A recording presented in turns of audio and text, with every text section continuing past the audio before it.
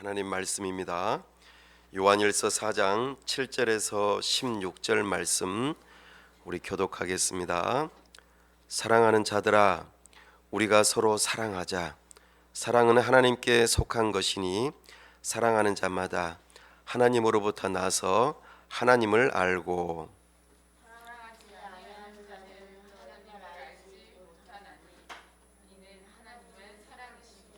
하나님의 사랑이 우리에게 이렇게 나타난 바 되었으니 하나님이 자기의 독생자를 세상에 보내심은 그로 말미암아 우리를 살리려 하심이라. 사랑은 여기 있으니 우리가 하나님을 사랑한 것 같이 아니요 하나님이 우리를 사랑하사 우리 죄를 속하기 위하여 화목제물로 그 아들을 보내셨습니다.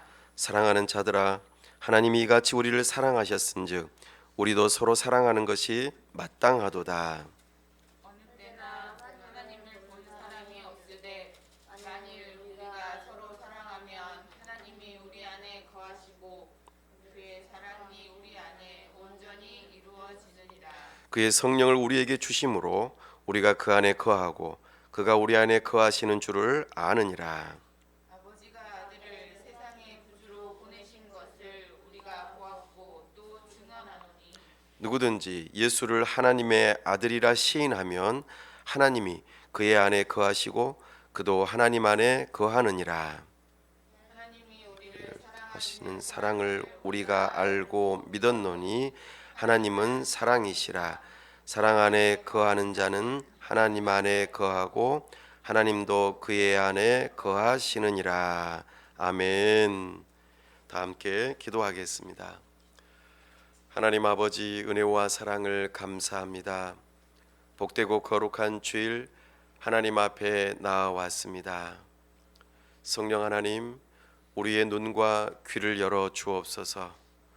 우리가 주님의 영광 보기를 사모하고 주님의 음성 듣기를 원합니다.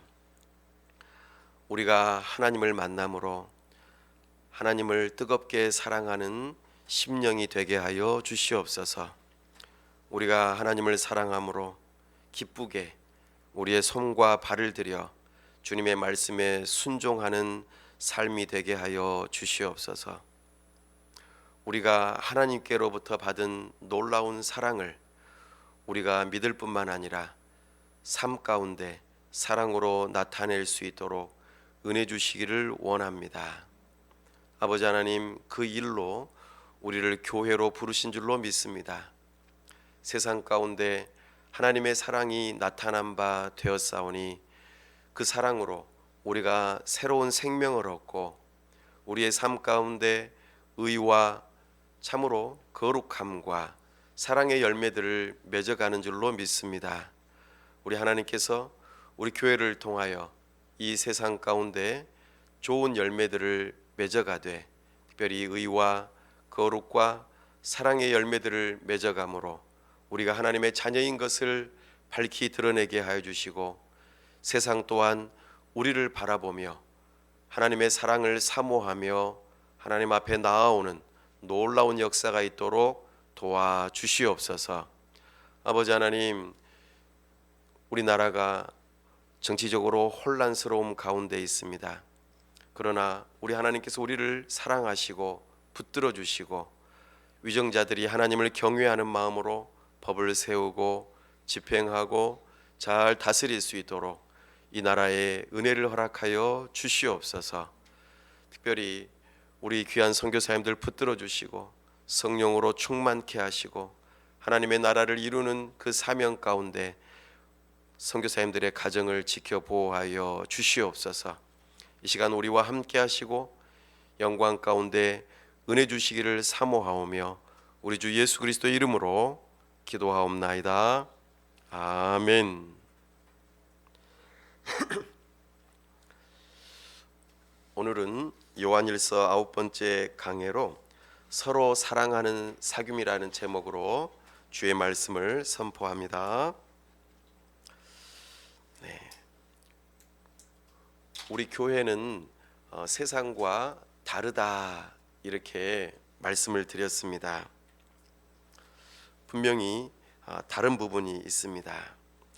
그럼에도 불구하고 세상과 우리가 서로 소통할 수 있는 중요한 하나의 창구가 있는데 바로 그것이 양심을 통한 사랑을 확인하는 것이라 말씀드렸습니다.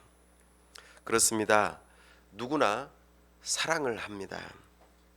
연인 간에 사랑을 하고 부모와 자식 간에 사랑하고 나라를 사랑하기 때문에 애국심이 있고 또 회사를 사랑하는 마음이 있기 때문에 애사심이 있죠.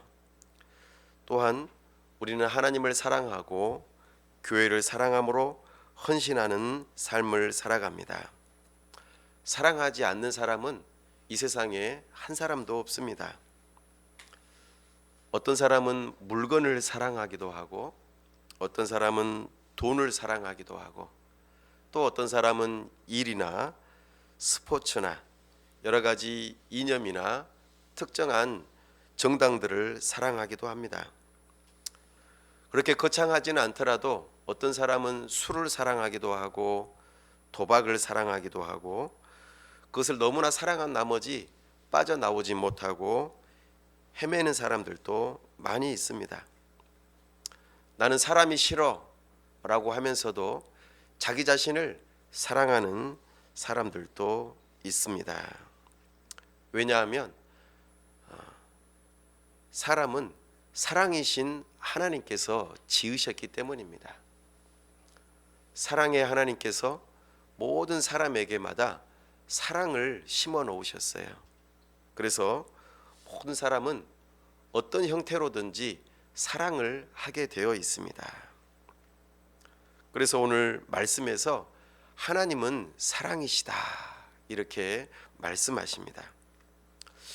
그런데요, 이 사랑이 쉽습니까? 사랑은 너무나도 어렵습니다. 왜 그럴까요? 성경에서는 그것이 인간 안에 하나님의 형상을 따라 사랑이 분명히 심겨져 있지만 죄가 세상에 들어오므로 그 사랑이 파괴되고 그리고 그 사랑의 마음이 여전히 남아있지만 이 타락한 세상 속에서는 왜곡되고 변질되고 부패한 채로 사랑을 하다 보니까 진정으로 사랑해야 할 대상을 사랑하지 못하고 물질을 사랑하게 되고 또 여러 가지 왜곡된 사랑을 하게 되는 모습 때문에 우리는 사랑이 쉽지 않다는 것입니다. 인간에게 있어서 가장 크고 강력하고 정말 폭넓은 죄성이 우리를 사로잡고 있기 때문에 사람들은 저마다 사랑을 하지만 이 사랑이 결코 쉬운 것이 아니게 되어버리고 만 것입니다. C.S. 루이스라고 하는 분이 쓴 책 가운데 하나가 4가지의 사랑이라는 책이 있습니다. 여기에서 사랑의 종류를 4가지로 이야기를 합니다. 첫 번째는 무언가를 아주 좋아하고 애착을 느끼는 그런 애호라고 하는 사랑이 있다고 말합니다. 낚시, 야구, 등산, 새롭게 뽑은 차, 애완동물, 사람. 단순히 내가 필요하고 좋아하니까 그것을 소유하려고 하는 그런 집착의 마음을 가지고 애호하고 소유하는 그런 사랑이 있다고 말합니다. 이런 사랑은 인격적인 사랑이라기보다는 소유에 집착한 사랑이라고 말할 수 있겠습니다. 그래서 나는 낚시를 가야 되니까 오늘 가족들과의 어떤 중요한 행사를 나는 빠지고 싶어. 나는 축구를 하러 가야 되니까 오늘 가족들과의 모임은 빠질 거야. 이런 식으로 생각하는 사랑인 것이죠. 또 우리 아이들 같은 경우는 컴퓨터에 빠져가지고 열심히 게임을 하면서 가족과의 관계를 소홀히 하는 그런 모습들일 수도 있겠습니다. 두 번째로 또 중요한 사랑이 하나가 있는데 이것은 우정입니다. 이 우정은 굉장히 좋은 것이죠. 이거는 남녀 간의 사랑과는 조금 차원이 다릅니다. 남녀 간의 사랑은 서로를 바라보면서 굉장히 좋게 여기고 서로를 너무나 위하다 보니까 신격화하는 데까지 나아가죠. 그래서 중간에 누가 낄 수가 없습니다. 남녀 간에 사랑하는데 중간에 다른 사람이 끼면 어떻게 돼요? 그럼 안 되잖아요. 그러면은 서로 사랑하는 것이 못 되겠죠. 남녀 간의 사랑은 이런 관계이지만 우정의 관계는 중간에 누군가가 끼면 낄수록 좋습니다. 왜냐하면은 서로가 함께 다른 어떤 특별한 목적지를 바라보면서 함께 나아가기 때문입니다. 그래서 혼자 10걸음을 걷는 것보다 10사람이 한 걸음을 걷는 것이 낫다고 하는 것, 이것이 우정에 해당되는 사랑이죠. 그러나 이 우정에 해당되는 사랑도 참으로 고결하고 좋지만 우리 안에서 특별히 대한민국 안에서는 끼리끼리라고 하는 문화를 만들어내 버리기도 합니다. 그래서 학연에 지연에 매어 가지고 끼리끼리의 문화를 만들다 보니까 오히려 불의한 공동체를 만들고 그 사이에 끼지 못하는 사람들은 왕따를 당하는 그런 일들을 당하곤 하죠. 이 또한 우정이 아주 좋은 것이지만 왜곡되게 나타나는 사랑인 것을 보게 됩니다. 이성적인 남녀 간의 사랑도 있죠. 이것은 어떤 성적인 이끌림도 있고 나에게 없는 것을 채움을 받으려는 그런 부분들도 있습니다. 물론 남녀 간의 사랑은 지극히 정상적인 하나님께서 주신 마음입니다. 그래서 콩깍지가 끼면 어느 누가 말려도 절대 떼어놓을 수 없는 것이 바로 남녀 간의 사랑이죠. 그리고 나중에 정신을 차려보면은 내가 왜 저 사람을 저렇게 사랑했나 라는 생각이 들 수 있는 것이죠. 그때까지는 서로를 우상화하고 절대시하려는 그런 사랑이 있으므로 이 또한 왜곡된 사랑으로 나아갈 수 있다는 것입니다. 마지막으로 또 루이스가 이야기하는 또 하나의 사랑은 자비라고 하는 사랑입니다. 이 사랑은 정말로 고결하고 숭고한 사랑이죠. 우리 부모님들께서 자녀들을 향한 아마 사랑과 비슷한 사랑일 것입니다. 부모님은 자녀들을 소유물로 여기지 않고 그냥 자녀로서 너무나 좋은 것이죠. 어떤 조건을 달지 않고 그냥 좋은 것입니다. 또 나하고 학연이나 지연으로 연결되지 않는 어떤 또 다른 목표를 가지고 이 아이를 대하지 않기 때문에 어찌 보면 굉장히 자비는 우리에게 너무나도 좋은 사랑이라고 말할 수 있을 것입니다. 참으로 이 사랑은요, 사실은 하나님만이 하실 수 있는 사랑입니다. 그러나 우리가 살아가는 이 세상 가운데서 부모와 자식 간에 그렇게 정말 조건 없는 사랑으로 나아가면 얼마나 좋겠습니까? 그러나 우리가 사는 이 세상은 오히려 그렇지 못하고 가장 가까운 부모와 자식 간에 서로 싸우고 다투고 그리고 조건을 걸어버리는 그런 사랑으로 왜곡되는 경우도 있는 것을 우리가 발견하곤 합니다. 이런 세상에 여러 가지 사랑들이 있지만 한계가 있음을 우리가 살펴보면서 오늘 말씀을 통하여서 진정한 사랑은 어떤 것이 진정한 사랑인지를 배울 수 있기를 바랍니다. 오늘 본문에서는 서로 사랑하는 것에 가장 원형이 되는 하나님의 사랑을 우리에게 알려주십니다. 사랑은 단순한 감정이 아닙니다. 어떤 성품도 아닙니다. 오늘 본문에서는 사랑은 행위와 관련된 것임을 우리에게 말씀하고 있습니다.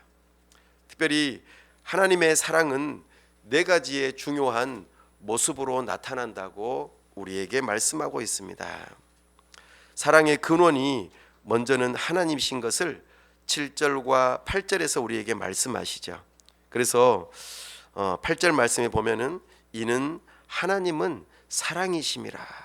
사랑의 근원 되시는 분이 하나님이시기 때문에 우리는 하나님께 이 사랑을 배워야 할 것입니다.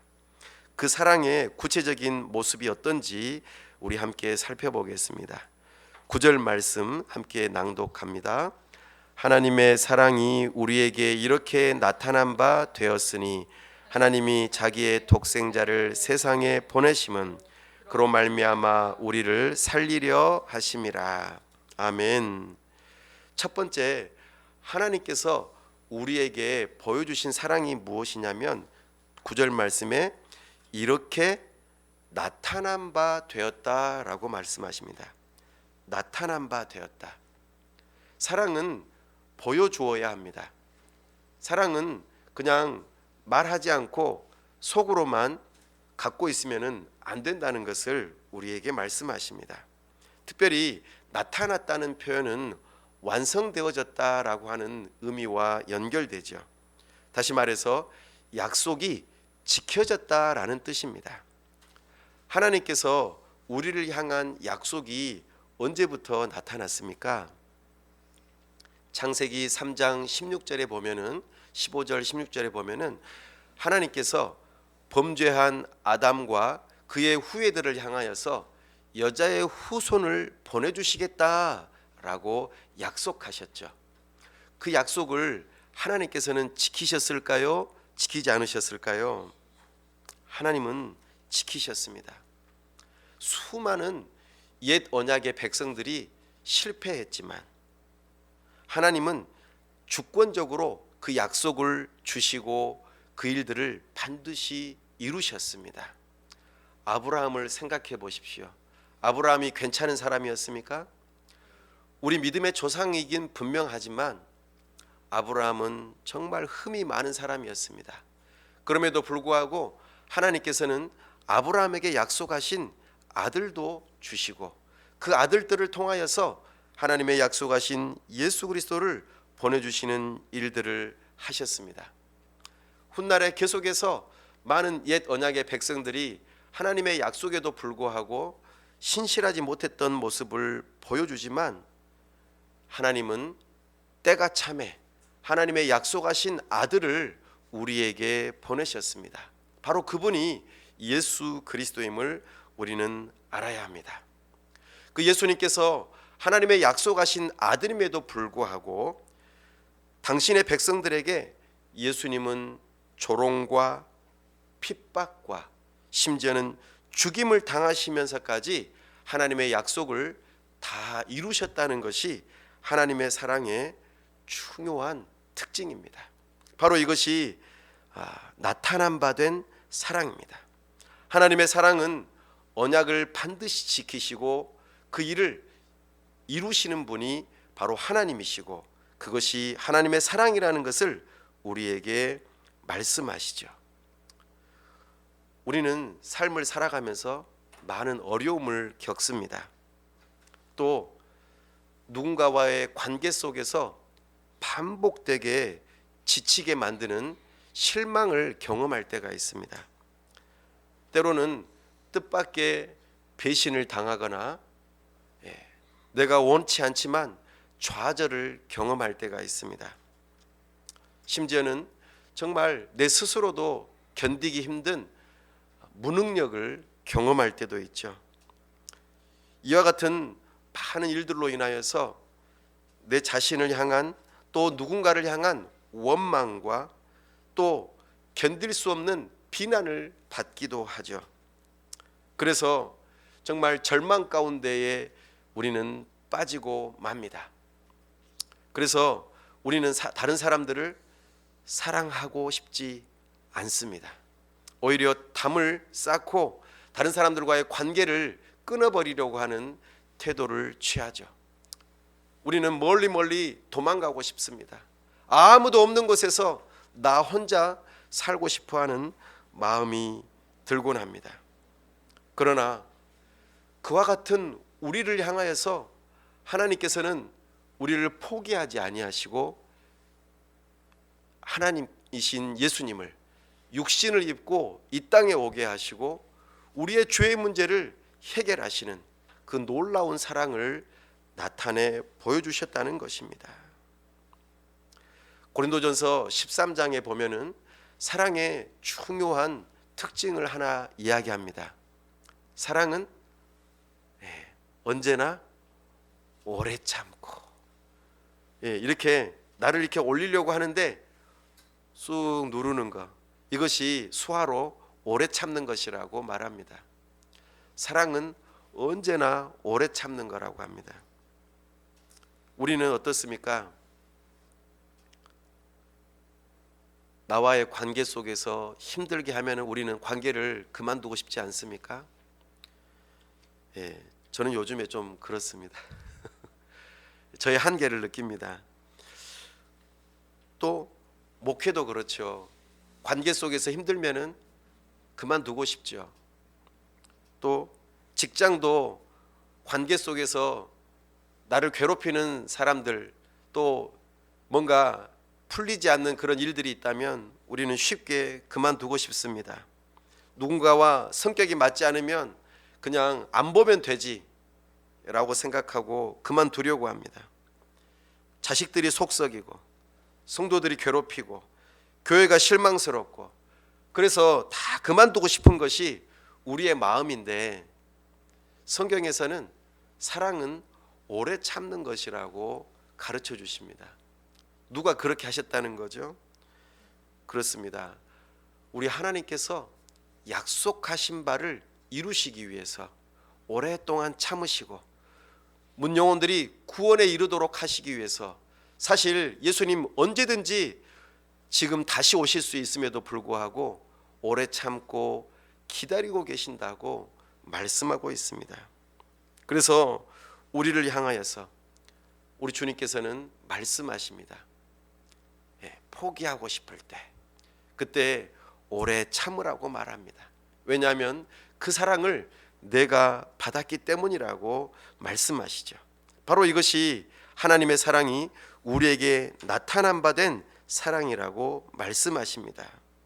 사랑하는 여러분, 내 자신을 포기하고 싶을 때, 또 나에게 맡겨진 그 누군가를 포기하고 싶을 때, 사랑하는 것을 그만두고 싶을 때, 우리는 우리를 향하여 나타난 바 된 그 사랑을 떠올려 보실 수 있기를 바랍니다.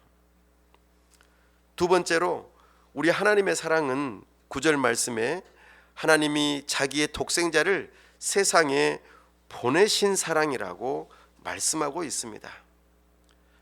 하나님께서는 독생자를 세상에 보내셨습니다.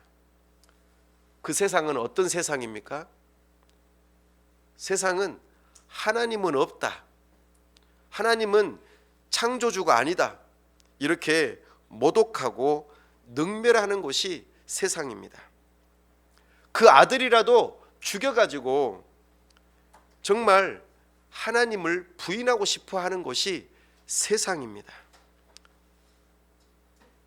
무모하고 무례하고 무지하고 배은망덕하고, 심지어는 당신의 그 아들을 죽이기까지, 예수 그리스도를 죽이기까지 사악한 곳이 바로 세상이라는 것입니다. 어떻습니까?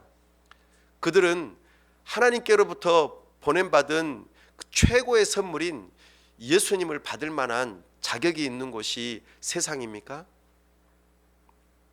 결코 아닙니다. 세상은 하나님의 사랑을 받을 만한 자격이 하나도 없는 곳이 세상입니다. 그러나 하나님께서는 독생자를 세상에 보내셨다고 말씀하십니다. 이것이 하나님의 은혜입니다. 우리 사랑하는 아들을 군대에 보내는 것, 이것은 국가를 향한 어찌 보면은 사랑하는 마음으로 아들을 군대에 내보내는 거지 않습니까? 근데 마음이 편할까요? 결코 편하지 않을 것입니다. 또한 사랑하는 딸을 누군가에게 시집을 보낸다고 할 때 생각해 보십시오. 어찌 보면 잘된 일일 수도 있겠지만 그동안 애지중지 키워온 딸을 보낸다는 것 자체는 사실 쉬운 일이 아닐 것입니다. 하물며 그 영광스러운 하늘 보좌를 버리고 정말 이 흠이 많고 정말 배은망덕하고 정말 쓰레기가 가득한 정말 시궁창 같은 이 세상에 그 독생자를 보내신 그 아버지의 사랑 말입니다. 우리는 이 사랑이 결코 가벼운 것이 아니라는 것을 알아야 합니다. 이 사랑을 우리는 은혜라고 말합니다. 사랑하는 여러분, 이 세상은 사랑받을 만한 가치가 없습니다. 그럼에도 불구하고 하나님께서는 그 사랑을 독생자를 보내심으로 우리에게 나타내 보여주셨다고 말씀하십니다. 우리 아이들이 왜 공부합니까? 잘 먹고 잘 살기 위해서, 출세하고 성공하기 위해서 공부합니까? 그것은 자기를 사랑하는 방식이죠. 그러나 하나님께서 세상을 사랑하는 방식으로 자녀들이 공부를 한다면 최선을 다해서 공부해야 합니다. 최고의 노력을 통해서 자기가 가진 지식을 가지고 정말 자기 자신의 가치를 알아주지 않고 내가 베푸는 이 호의를 받아주지 않는 이 세상을 향하여서 내가 가진 모든 것을 다 베푸는 마음으로 우리 자녀들이 공부해야 합니다. 이것이 세상을 향한 진정한 사랑의 하나의 모습이라고 말할 수 있을 것입니다. 참으로 저는 요즘에 이런 생각들이 많이 듭니다. 당신은 실력이 있고 또 인격도 좋고 능력도 좋은데 왜 그렇게 혼자 개척하고 고생하고 있습니까? 사람들은 당신을 알아봐 주지도 않고 그렇게 매번 배신당하고 힘들어 하는데 왜 그렇게 개척하려고 합니까? 그래서 저도 그렇죠. 그냥 저도 그만두고 싶네요. 이런 마음이 들곤 합니다. 그때에 주님께서는 저에게 이런 마음을 주십니다. 야 이놈아, 내가 정말 사랑받을 가치가 없는 세상을 향하여서 나의 가장 존귀한 독생자를 보낸 것이 나의 사랑이다. 하물며 내가 너를 그렇게 사랑했는데 그 사랑을 받은 내가 너의 가치를 몰라준다고 해서 너를 인정해주지 않는다고 해서 거기에서 떠난다고? 그리고 아무 일도 안 하겠다고? 그것은 내가 너를 향한 그 사랑, 은혜를 잊어버리는 거야. 이 말씀을 떠올리게 하셨습니다. 우리는 스스로 생각해 볼 필요가 있습니다. 내 가치를 인정해 주는 것, 나를 알아주는 곳에 가서 사실 잘하고 싶죠. 잘 나가고 싶죠. 그러나 우리 주님께서 나를 이곳에 보내신 이유가 있다 생각해 볼 때 하나님께서는 왜 이런 가정에서 나를 태어나게 하셨을까? 왜 이런 자녀를 만나게 하시고 왜 이런 부모를 만나게 하셨을까? 왜 이런 성도를, 이런 목사를 만나게 하셨을까? 왜 나를 이렇게 보내셨을까라고 생각해 볼 때에 바로 하나님의 사랑 때문인 것입니다. 나를 왜 이런 학교에 보내고 왜 이런 직장에 보내게 하셨을까? 나를 알아주지 않는데. 그러나 우리 주님께서는 그곳에 네가 가야 할 이유가 있다고 말씀하십니다. 사실 저는 잘 이해가 안 됩니다. 그럼에도 불구하고 우리 주님께서는 그 사랑을 보여주시고 네가 있어야 할 곳이 그곳이야 라고 말씀하십니다. 그러므로 주님의 말씀에 순종하는 것이죠. 사랑하는 여러분, 바로 이것이 우리 주님께서 독생자를 세상에 보내신 사랑이라고 말씀하십니다. 그 이유가 바로 그 다음에 나옵니다. 독생자를 세상에 보내심은 그로 말미암아 우리를 살리려 하심이라. 아멘. 바로 이것이 하나님의 세 번째 사랑입니다. 살리는 사랑입니다. 예수님의 사랑에는 목적이 있어요. 우리를 죄와 죽음의 올무에서 벗어나게 하시는 것입니다.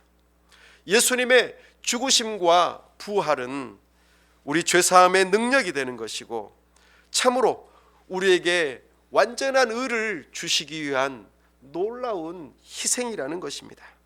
죽음을 이긴 그 부활의 생명을 사람들에게 전하고 생명을 살리라고 우리를 부르셨다는 것입니다. 죄에 대하여는 죽고 의에 대하여는 살도록 그 교회를 세우라고 우리를 부르신 것입니다. 사랑하는 여러분, 교회는 사람을 살리는 곳이지요. 아버지의 사랑 안에서 그 아들의 생명을 얻고 치료를 받고 의와 사랑의 열매를 맺도록 우리를 교회로 부르셨습니다. 사랑하는 여러분, 남녀가 서로 사랑하는데 왜 데이트 폭력을 합니까? 내 말 안 듣는다고 폭력을 행사하지 않습니까? 부모가 자식을 사랑하는데 왜 아이들은 자살을 하죠? 교회는 어떻습니까? 교회는 사람의 생명을 살리라고 부름받았는데 왜 사람들을 더 큰 죄책감에 빠지게 하고 형식적인 신앙으로 정말 생명력 없는 그런 신앙을 하도록 만들어 버리냐 그 말입니다. 사랑하는 여러분, 생명은 진리의 토양 위에서 사랑으로 자라야 합니다. 진리가 무엇입니까? 하나님의 말씀이죠. 바로 예수 그리스도입니다. 우리가 사랑을 하면 할수록 상대방을 살려야 되는데 살리지 못하고 오히려 파괴하고 죽이는 것은 진리를 벗어난, 하나님의 말씀을 벗어난 그 사랑 때문입니다. 잘못된, 왜곡된 사랑 때문에 그렇다는 것입니다. 말씀을 떠나버린 사랑은 결코 사람을 살리지 못합니다. 예수의 생명이 곧 진리 가운데에 있는 생명이요 사랑인 것입니다. 자동차가요, 아무리 빨리 달려도 중앙선을 넘어서면 어떻게 됩니까? 죽음을 자초하는 일이 되고 맙니다. 법을 벗어나면 안 됩니다. 하나님의 법, 진리 가운데에서 우리가 생명을 주고 서로 사랑하는 것이 마땅한 것이죠. 그러므로 우리는 빛 대신 하나님의 말씀을 선포하고 가르치는 과정 속에서 우리가 서로 사랑하는 것이 사람을 살리는 일입니다. 사랑이 없는 진리는 폭력입니다. 우리는 진리를 말할 때에 반드시 사랑을 함께 말해야 합니다. 그러므로 우리 교회 안에는 진리와 사랑이 함께 해야 합니다. 이것만이 사람을 살리는 유일한 길입니다. 이것이 우리 주님께서 우리에게 세 번째로 가르쳐 주시는 사랑입니다. 마지막으로 네 번째 사랑은 10절에 나옵니다. 우리 함께 낭독합니다. 사랑은 여기 있으니 우리가 하나님을 사랑한 것이 아니요 하나님이 우리를 사랑하사 우리 죄를 속하기 위하여 화목제물로 그 아들을 보내셨음이라. 아멘. 놀랍습니다. 우리가 하나님을 사랑한 것이 아니라고 분명하게 말합니다. 사랑을 누가 먼저 하셨냐면 하나님께서 하셨습니다. 먼저 하는 사랑이 바로 하나님의 사랑입니다. 하나님의 사랑은 우리가 먼저 사랑했기 때문이 아니라고 말씀합니다. 보통 우리는 사랑은 상호 인격적인 거 아닙니까? 내가 사랑을 보일 때 저 사람도 나에게 사랑을 보이는 것, 내가 대접받고 싶은 대로 대접하는 것이 황금률이죠. 그런데 우리 하나님의 사랑은요, 그것보다 더 앞선 것이라고 말씀하십니다. 우리는 내가 받고 싶은 대로 필요에 의해서 사랑하는 것이 일반적이지요. 그러나 우리 하나님의 사랑은 조건 없는 사랑입니다. 우리는 보통 하나님을 향하여서 이렇게 생각합니다.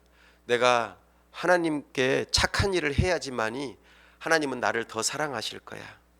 내가 헌금을 더 많이 해야지 하나님은 나를 더 사랑하실 거야. 그러나 우리 하나님은 그런 분이 아니십니다. 내가 너를 먼저 사랑했다 말씀하십니다. 그 사랑이 우리로 하여금 하나님께로 나아오게 하는 중요한 일입니다. 사랑하는 여러분, 우리가 부모님이 자식을 사랑할 때에 말을 잘 듣습니까?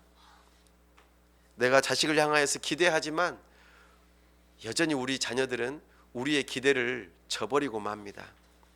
그렇다고 해서 우리 부모님들이 자녀를 포기합니까? 물론 포기하시는 분들도 있지만 그래서는 안 되겠죠. 그 마음이 하나님을 닮은 사랑입니다. 성도를 대하는 마음, 목회자의 마음도 동일히 해야 된다고 생각합니다. 성도들이 여전히 기대를 저버릴 수 있습니다. 그때 목회자는 성도를 포기해야 할까요? 아닙니다. 목회자는 성도를 향한 끝없는 사랑으로 사랑을 해야 합니다. 반대로 목회자를 향한 성도의 마음도 동일히 해야 합니다. 여전히 목회자가 나의 기대를 저버릴 수 있겠지만 성도들 또한 하나님의 사랑으로 목회자를 품어야 할 것입니다. 교회는 영혼의 어머니와 같습니다. 어머니가 편찮으시다고 버릴 수 없는 것처럼, 형제들이 사고 친다고 버릴 수 없는 것처럼 교회는 주님의 몸된 지체들입니다. 내가 너 마음에 안 든다고 손가락을 잘라버릴 수 없는 것처럼 우리는 지체입니다. 고치고 싸매고 회복시키며 살리는 일을 해야 하는 곳이지요. 상대방으로부터 좋은 응답을 기대할 수 없는 상황에서도 사랑해야 되는 것이 교회입니다. 근데 이게 너무 어려운 것 같아요. 이게 너무 어려운 것 같습니다. 그래서 어제 밤에도 제가 제 아내에게 사랑이 너무 어려운 것 같아. 너무 힘들어. 예. 이렇게 아내에게도 고백했지만 정말 이 사랑은 너무나도 힘듭니다. 그럼에도 불구하고 우리 주님께서는 내가 너를 먼저 사랑했다. 내가 너의 모든 것을 책임진다. 네가 잘하든 못하든 내가 너의 모든 것을 책임진다. 걱정하지 말아라. 그러나 세상은 어떻습니까? 너 이거 틀렸어? 너 바로 아웃이야. 내가 너에게 맡겼던 모든 권리를 전부 다 빼앗아버리고 질책하고 다시는 하지 못하도록 기회를 막아버리는 것이 세상 아닙니까? 세상은 실패하면은 다시 일어서지 못하도록 기회를 주지 않는 것, 밟아버리는 곳이 세상입니다. 근데 교회가 그러면 됩니까? 교회는 그러면 안 됩니다. 세상은 실패하면은 낙오자로 낙인을 찍어버리고 다시는 따라오지 못하도록 만들어버리는 것이 세상입니다. 그러나 교회는 그래서는 안 되는 것이죠. 왜 그럴까요? 왜냐하면 하나님의 사랑은 실패가 없기 때문입니다. 우리 주님의 사랑은 온 세상을 이긴 사랑이라고 말씀하고 있기 때문입니다. 우리 하나님은 우리 한 사람을 끝까지 책임지십니다. 결코 포기하시지 않기 때문입니다. 실패할 때 다시 일어설 수 있도록 사랑과 은혜를 항상 공급해 주시는 분이 우리 하나님이신 것을 말씀하고 있습니다. 그러므로 정말 어려운 표현이긴 합니다만 한 영혼을 천하보다 귀하게 여기는 이 마음으로 우리가 서로 사랑해야 한다고 말씀하십니다. 이것이 우리에게 주시는 서로 사랑하는 것의 중요한 근거가 됩니다. 사랑하는 여러분, 이제 말씀을 맺습니다. 교회는 누구라도 용서받을 수 있는 곳이어야 하고 언제나 용서가 가능한 곳이 되어야 합니다. 왜 그렇습니까? 우리는 용서받은 죄인이기 때문입니다. 오늘 말씀처럼 용서는 먼저 해 주어야 합니다. 사실 화목이라고 하는 것은 쌍방이 해야 되잖아요. 나 혼자서 화목을 이룰 수가 없죠. 악수는 혼자 할 수 없습니다. 함께 해야 되는 것이죠. 그러나 상대방이 여전히 죄를 뉘우치지 않고 자기가 한 것이 죄인지도 모르는 그런 사람일지라도 우리 주님께서는 먼저 용서하라고 말씀하십니다. 왜요? 왜 그럴까요? 우리 주님께서 그것을 먼저 하셨기 때문이기도 하고, 내가 먼저 용서를 해주면은 내가 용서하지 않는 그 감옥에서 계속 갇혀 있기 때문입니다. 내가 먼저 용서를 하면, 특별히 원수를 용서하면은 내 자신이 미움과 증오라고 하는 그 감옥에서부터 벗어날 수 있기 때문입니다. 이것이 내 육체적인 생명도 살리는 일이기도 하죠. 대부분의 암에 걸리신 분들의 많은 경우가 마음속에 용서하지 못하는 마음이 사로잡혀 있기 때문에 그런다고 의학계에서는 분명하게 이야기합니다. 사랑하는 여러분, 우리 주님의 사랑과 생명, 살리는 일을 경험하려면 먼저 용서하라고 말씀하십니다. 그때에 우리에게 참된 자유와 기쁨을 주시겠다 말씀하십니다. 교회가 먼저 증오와 복수를 끊을 때, 멈출 때에 우리 안에서 생명과 사랑의 사귐이 있다고 말씀하십니다. 이것이 우리 주님께서 우리에게 보여주시는 사랑의 원형입니다. 사랑하는 여러분, 이 일을 가능하도록 하시게 하기 위해서 13절 말씀에 그의 성령을 우리에게 주셨다라고 말씀하시죠. 삼위일체 하나님께서 사랑의 원형이시기도 하시고, 사랑을 아들을 보내셔서 보여주시기도 하시고, 나아가 가능하도록 성령 하나님께서 우리를 새롭게 빚으시겠다고 약속하십니다. 우리가 다음 주에 한 번 더 자세히 살펴보겠습니다만, 서로 사랑의 원리인 이 삼위일체 하나님의 사랑을 바라보면서 나타난 바 된 사랑, 보내신 사랑, 살리신 사랑, 그리고 먼저 하신 이 사랑을 한 주간 동안 묵상하면서 어떻게 이 사랑을 나의 삶 가운데 적용하면서 서로 사랑할 것인가를 배우고 체득하시는 귀한 한 주간이 다 되실 수 있기를 간절히 바랍니다. 이 시간 말씀을 붙들고 함께 기도할 때에 하나님, 우리에게 나타난 바 된 사랑, 독생자를 보내주신 사랑, 생명을 살리는 사랑, 먼저 하신 사랑을 알게 하시니 감사합니다. 이 사랑을 나의 삶 가운데 실천하는 원형이 되게 하여 주옵소서. 주님의 사랑에 감격하며 모든 용서를, 먼저 원수를 용서하는 사랑이 되게 해달라고 이 시간 다 같이 함께 합심해서 기도하겠습니다. 아버지 하나님, 참으로 제 자신을 살펴볼 때에 정말 사랑하기 힘든 존재임을 고백합니다. 오 주님, 사랑받을 만한 조건이 하나도 없고, 주님 정말 잘난 구석도 없고, 참으로 하나님 앞에서 불충하고, 정말 나를 사랑하는 사람만 사랑하고 싶고, 나를 인정해주는 사람만 사랑하고 싶고, 하나님께 인정받고 싶어서 그렇게 사랑하려는 이 연약한 모습 속에 있는 저를 불쌍히 여겨 주옵소서. 오 주님, 주님께서 나타낸 바 되신 그 놀라우신 사랑, 우리를 먼저 사랑하신 그 사랑, 독생자를 보내시고 참으로 우리의 생명을 살리시기 위하여 먼저 보여주신 그 놀라운 사랑에 감격하며 그 은혜 앞에 무릎을 꿇고 겸손하게 주님의 사랑을 인정하고 받아들이기를 원합니다. 세상 그 어디에서도 찾아볼 수 없는 이 놀라운 사랑에 감격하며 주님 앞에 은혜를 구합니다. 주님의 사랑으로 우리를 새롭게 하시고 변화시켜 주옵소서.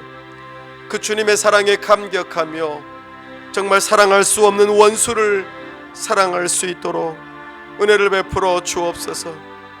미움과 증오의 감옥에 빠지지 않도록, 거기에 갇혀서 평생 시간을 낭비하지 않도록 주여 우리를 먼저 사랑하신 그 사랑에 감격하며 먼저 용서하게 하여 주옵소서.